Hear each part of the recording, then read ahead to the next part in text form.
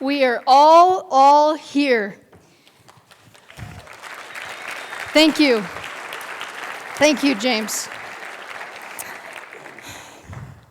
This next person I want to introduce, I personally really want to thank Mr. Randall Thakur, who is the president of Affirmation currently.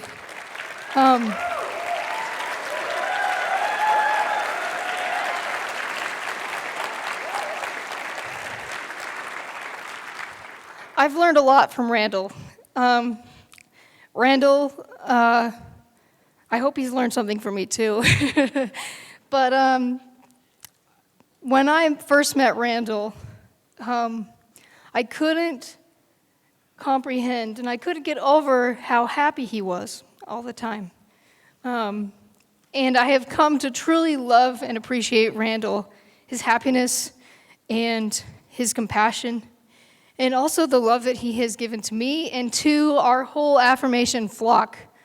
I am so thankful for Randall and for all of his time and effort in what he has done to bring Affirmation for where we are today. I personally also want to thank Affirmation. Affirmation has been a safe hold for me. I would not be here if it wasn't for Affirmation and for the people in Affirmation. With that, I would like to bring up Mr. Randall Thakur.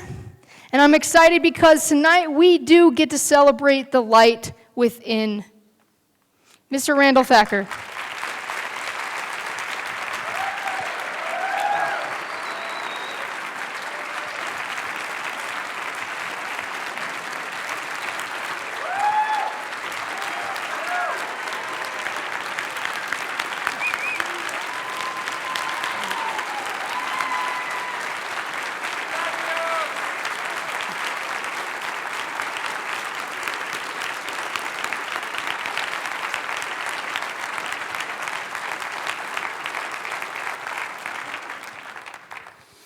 Thank you.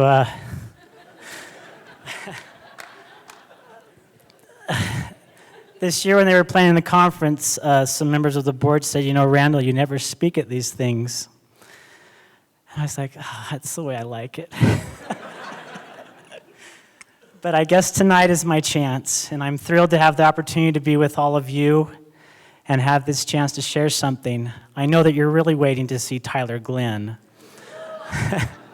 So I'll do my best to be brief. Oops. Wrong presentation. Let's see here.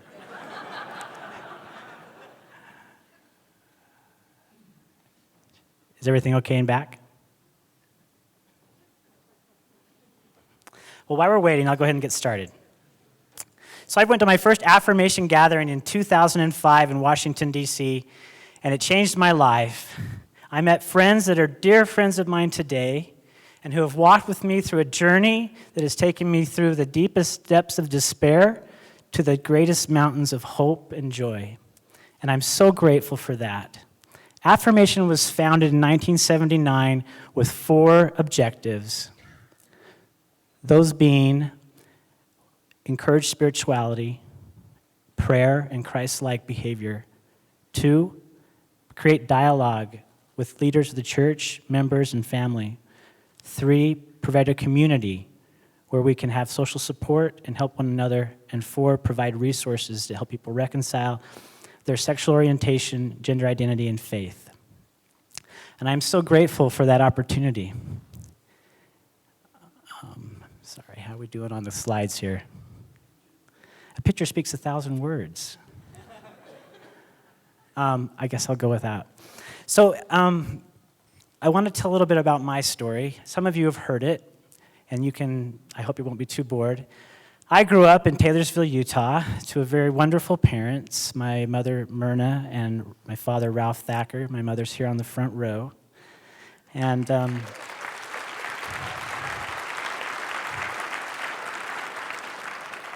my mother was a spiritual living teacher, and she prepared her lessons way in advance, and she would then practice them in family home evening. And I remember at the age of 8, sitting next to the lazy boy chair in the living room and hearing a lesson from my mom and feeling the Spirit for the first time in my life that I could recognize what it was. And that has been a constant help and guide to me throughout my life. At the age of around 9 years old, I recognized my feelings for the same sex when attending a basketball game with the father of my best friend. Walked into this gymnasium full of 8 to 12-year-old boys, and wow.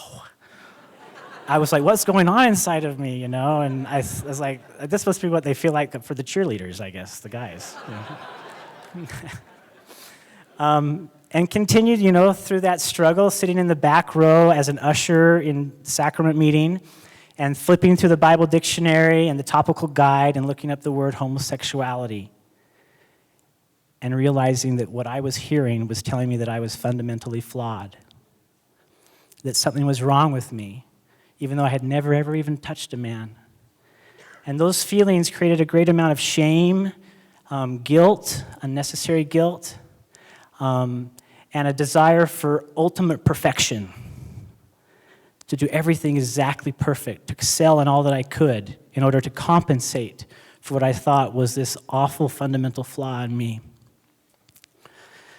I went to reparative therapy at BYU after my mission for a few years, and group therapy as well.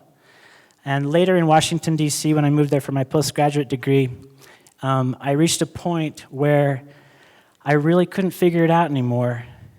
And one day, walking from George Washington University to the metro, I waited there by the metro, and the recurring thoughts said, just jump.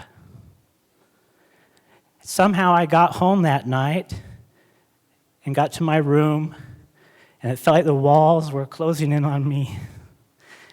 My friend Dominique said later I called her 15 times. I don't remember, but she took me to the hospital.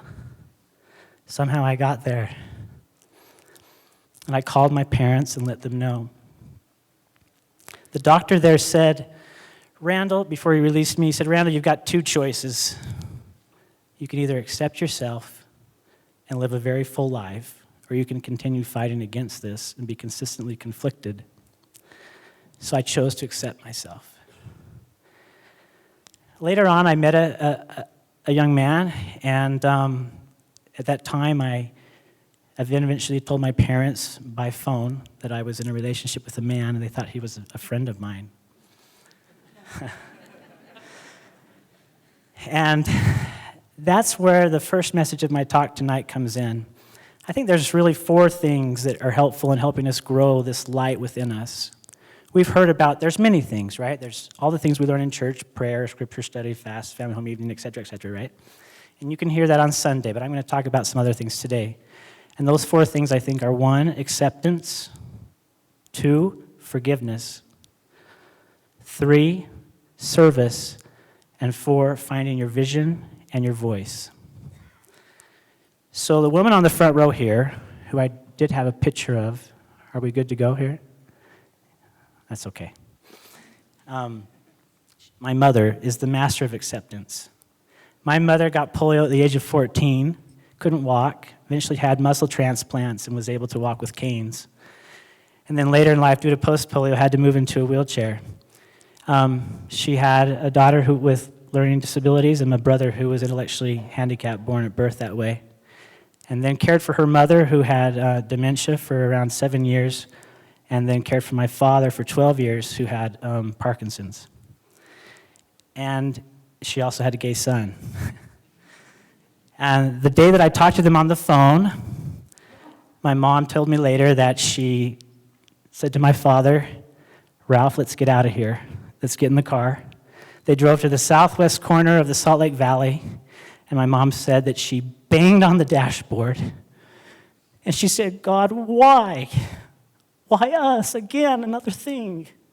Why? And curse God for this. I'm sure there's parents here today who've had similar situations, or maybe you're here still in that place. But that was 12 years ago, and my mom's here on the front row, and she's my biggest fan.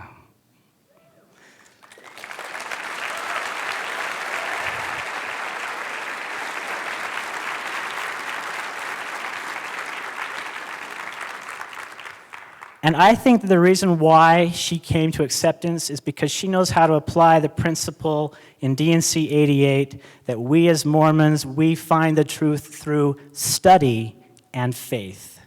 She read everything I gave her, she searched things out on her own, and she sought prayerfully the Lord's guidance, and later told me that in the celestial room of the temple, she came to complete peace regarding my future and what the Lord had in store. And I think if we apply that ourselves, study and faith, we can also find acceptance. In my presentation, I have a picture of a young man from Mexico. His name is Ruben. And he is an aspiring opera singer. As you know, we've been doing conferences around the world. And Ruben studies at the two most prestigious conservatories in Mexico City. And he came to a conference a couple years ago in Affirmation, timid, shy, afraid. And then came to the second one last year. And at the end of that conference, he was sitting around saying, I live with my aunt, and I've got to tell her where I've been this weekend. What kind of lie can I create? And everybody was trying to help him figure out a story. And I said, Ruben, tell her the truth. So he went home and he told his aunt, and she was actually very, very receptive. That led to him then telling his parents, who live in Puerto Vallarta, at Christmas time, and Mom didn't take it very well. And ever since that time, for the next 3 months after, she just gave him a hard time about it all. And all of a sudden, his dreams and his vision of being this aspiring opera singer started going downhill. He wasn't studying, he wasn't going to class. This issue of being gay and Mormon had consumed him and his mother to the point that it was destroying a dream. And for some reason, I met Ruben's dad in Puerto Vallarta before I met Ruben in the Affirmation Conference. I was in Puerto Vallarta working at a school, and I went to church one Sunday with Len Sorensen, my good friend who's here today. And we met Brother Chavez, spoke with him. And so I was back there this last spring, and I went to that same ward looking for Brother Chavez. And I walked up to him, and I said, "Do you remember me?" And he said, "Yeah, I do." I said, "Well, I know your son now." And he is like me. We share something in common. And his eyes went like this. "I need to talk to you." And so we met the next day, and he poured his heart out and cried a lot and said there wasn't anybody in Puerto Vallarta in the ward or the stake or anybody in society that he could share this with. And so he said, "Come talk to my wife. I'm going to try to get her to listen to you." So I came that Friday to their home, and she was very defensive at first, but then she just broke down and cried. And why did she cry? Because of what many parents have felt here. She thought she had created her gay son by the way she had raised him. She felt, what had we done wrong? What had we done wrong as parents? Right? What had we done wrong? What did we do wrong? Excuse me, fix my grammar there. By the end of the conversation, though, she realized that she needed to stop talking about the issue. I said, "Look, there's these stages of grief. You're in denial. It's okay to be there. It's okay to be in denial. Be there for as long as you need to be. But Reuben has dreams." Afterwards, she laid off Reuben, and Reuben then started posting these beautiful pictures that I wish I could show you of him on Facebook singing in these big auditoriums in front of all these people and fulfilling his dream. So acceptance of ourselves and acceptance by family leads to people fulfilling their dreams. In Santiago, Chile, I met a fellow named Marcelo, and he is a nurse there, and he had been married and had multiple children, and at the time he came out, married to a woman, and at the time he came out, his wife totally moved him out of the house, denied his ability to see the children. The members of the ward and stake completely isolated him, disciplined him, left him. He was gone. His whole support system was taken from him. But Marcelo today has been able to forgive all of those people. And the light in his eyes is just tremendous. Because forgiveness is a powerful thing. And his daughter, I was just told by Joaquin, his daughter came with him to a recent affirmation gathering down there. So acceptance and forgiveness. 2 years ago, I'm kind of a clean freak. I was going through some files, and I thought I'd clean them out. And I came across a file that said, repair work. And I thought, is this for something for the house? And I opened it up, and it was all my journaling during reparative therapy. I started reading through it. I started reading the messaging that this was, I know that what I was flawed and that I needed to change it. And I got really angry. I started ripping the papers apart, fell to my knees, cussed every bad word in the book. My partner came in from the other room and said, "What's going on?" And then I broke down and cried. And I said, this hurt me. This hurt me, and I guess I've never really forgiven this. I thought I had healed from it all. And so I know that for all of us who ever received reparative therapy, maybe now's a chance to forgive it. And I think I have. And I'm grateful for the opportunity to have had that experience where I did break down and recognize that I really still did hurt inside and that there was some pain that I needed to work on. So forgiveness. Number 3 is service. And I have a beautiful picture here of the Affirmation Mexico group who have put together numerous service projects in an effort to help people not focus on the topic so much, but realize I can move on and live a life of service, and this thing doesn't have to consume me. And this is a picture of a man named Alejandro with a bunch of transgender incarcerated individuals and unjustly incarcerated, receiving a collection of basic hygiene needs like toilet paper, toothbrush, etc., that are not available in the Mexican prisons. They took the time and from all the areas of Mexico gathered this up and took them to prisons. As we serve, we cleanse our soul and our light shines brighter. The next one is the vision and the voice. I have this great picture of Ricardo from Colombia. So when we were in South America, Adrian, who was up here a minute ago with James, we kept getting these messages from Ricardo from Colombia. When are you coming to Colombia? I need affirmation. Come. And so we invited him to the Mexico conference, and he showed up. And we went to a mother there who's on the board in Mexico, took us out to the pyramids the day before the conference, along with some other Peruvian members who came as well. And Ricardo spent most of the time by my side, walking along and just talking and asking questions and all. And in the end, what I learned from Ricardo is that he had joined the church 3 years ago. And before that, he had actually had a very rough life and had been in, for lack of a better word, darkness, and was not finding any joy there. And when he found the church, it brought tremendous peace to him when he found the gospel. But one of the things he was also hoping is that the church would change his orientation. And now 3 years in, it hadn't. So this question now, he was at a crossroads. Where do I go, right? And he said, what do? I want to go to the temple. I want to keep being able to go to the temple.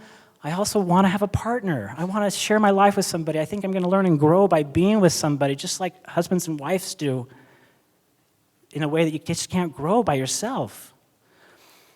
And I said, Ricardo, I never answer this question because I don't know what's the path for you. But here's what I do know. If you choose to be celibate and go to the temple, there may always be a part of you who will want a partner. And if you choose to have a partner, there may always be a part of you that may wish you could go to the temple. So you're going to have to accept that there will be a margin where you won't be completely, maybe potentially complete in that feeling. Maybe there will be. But if you can accept that, I think you can then step forward and find a vision for your life. He went back to Colombia. He started an affirmation group there, and he's already helping and blessing the lives of people. I don't know what his decision is, and I don't really care. I mean, in the sense of it's up to him.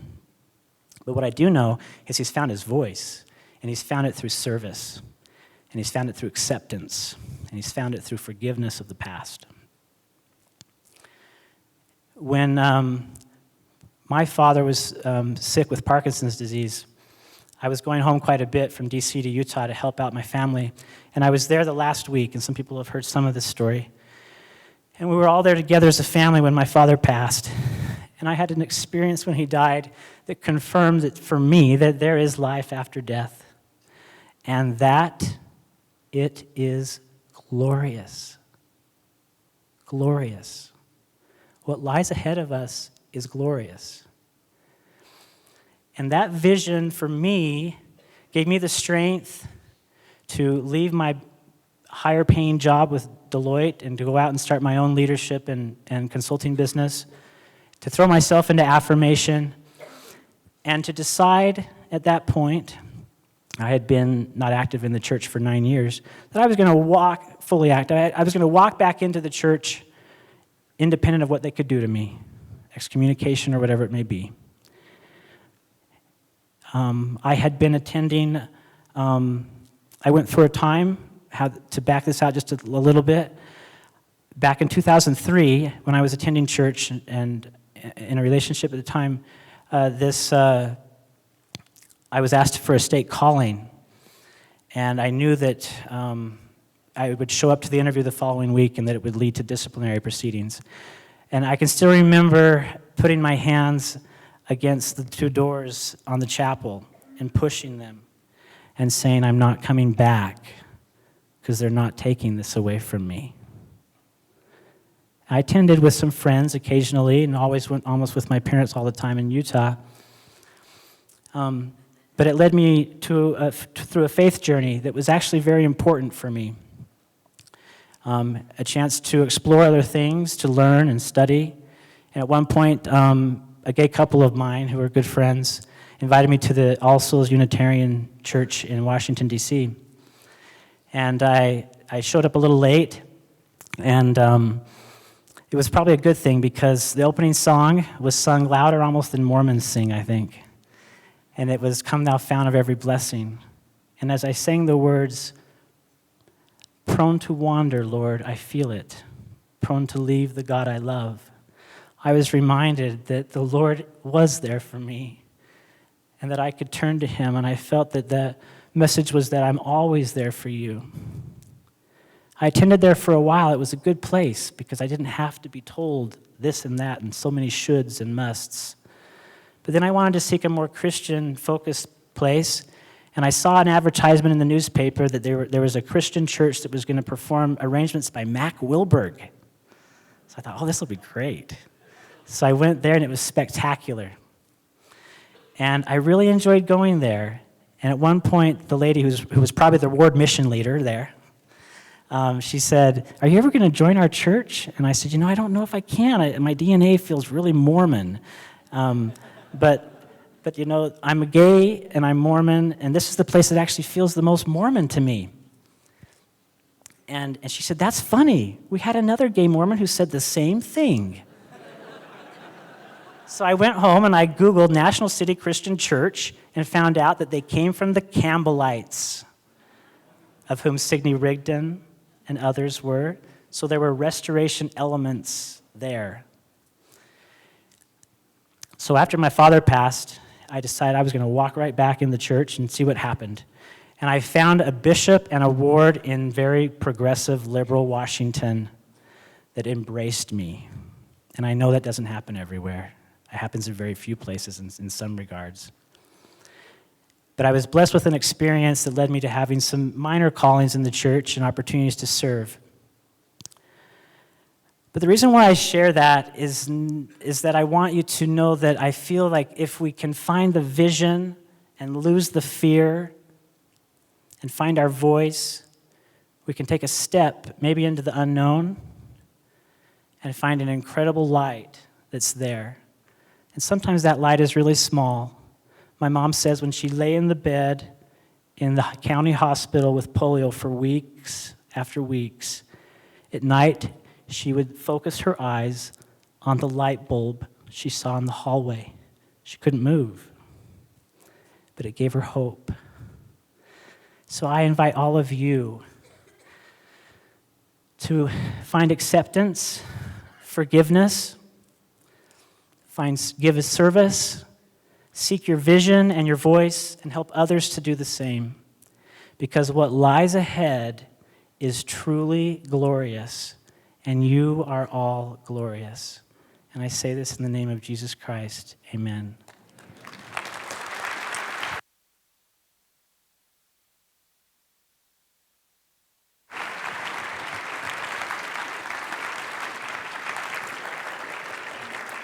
Thank you, Randall. We will now have a special musical number called Glorious, and that will be sung by John Penny, I apologize. And then after John is done singing, we're going to have a 15-minute break, and then we'll come back, and then we get to hear from yours truly, Tyler Glenn. John, thank you.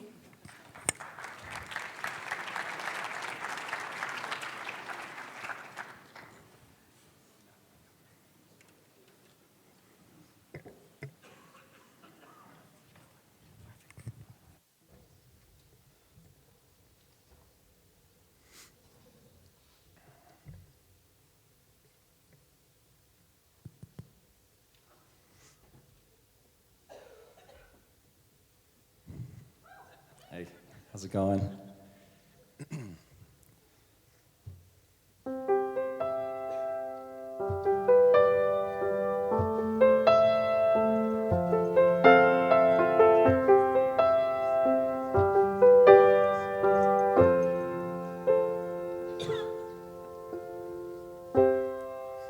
There are times when you might feel aimless. You can't see the places where you belong, but you will find that there is a purpose. It's been there within you all along.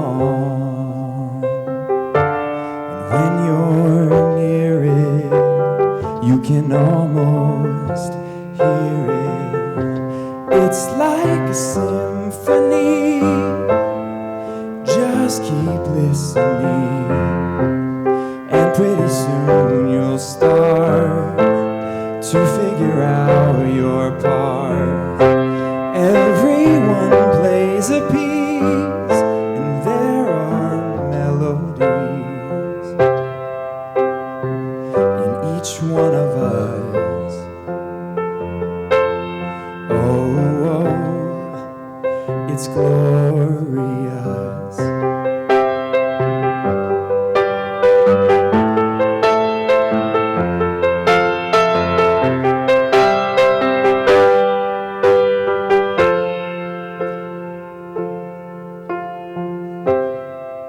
You will know how to let it ring out as you discover who you are.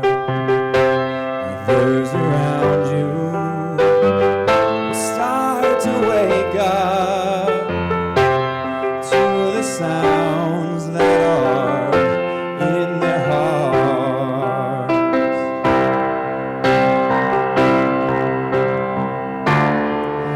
So amazing, we're all creating.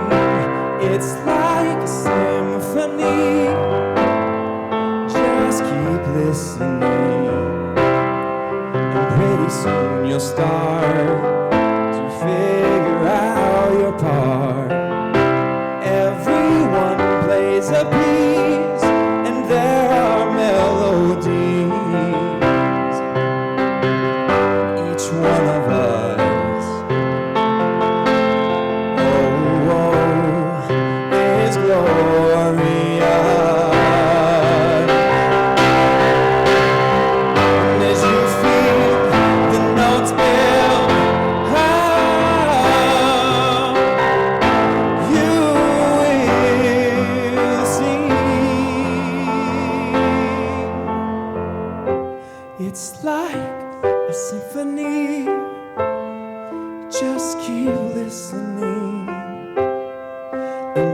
soon you'll start to figure out your part. Everyone plays a piece, and there are melodies in each one of us.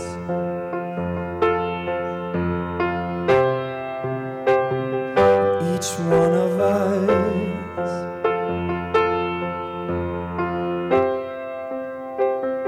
In each one of us.